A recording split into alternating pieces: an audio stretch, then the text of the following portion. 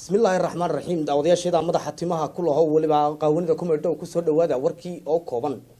warkii oo idinkaga imanaya xarunta dhexe aanu ku leenahay meel aanan nimankaydii sheeginin warkii oo fidsan digaagad yar 3 jir iyo 4 jir waxay hayd mooyee ayaa ka cadhaysiisay madax yaraha dalka Faransiiska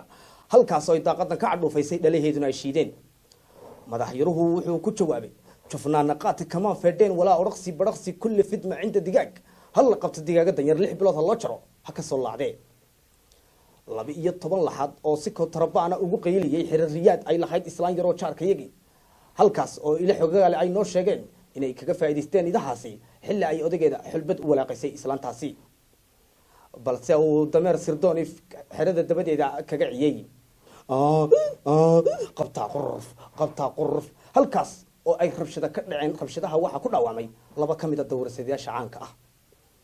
wararka kale kaageera afka dheer la warsheekooda ma aamusi trouble too much uu naga soo gaarsiiyay magaalada Hargeysa waxa kamid ah agaasimaha hay'adda dayaca iyo durxumada ciyaalka ayaa maanta kormeer hawleed ku maray xarunta xirdhiigta ee magaalada Hargeysa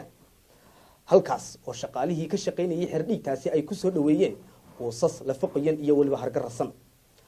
halkaas oo isaguna uu ku qaybiyay jaysadooyin kala duwan oo ay kamid yihiin nigisaan kala suumo ka shaliyaal iyo waliba alaab kala qaaliya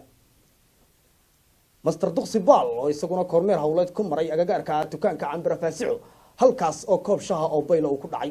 ehelkii iyo qaraabadii uu ka baxayna waxa leenahay ilaahay burbur iyo baabah ka yeelo daawadaya warkii intaas ayuu naga leeyahay imikana ku soo dhawaada qadar xaysiisa haboon deeqa haweenkeen qofka aad la socotiyo jacaylka qajlaye yu ku qosan xaaju oo marka tiraado gacantii afkiisa baaray cunadaadu dandan malahay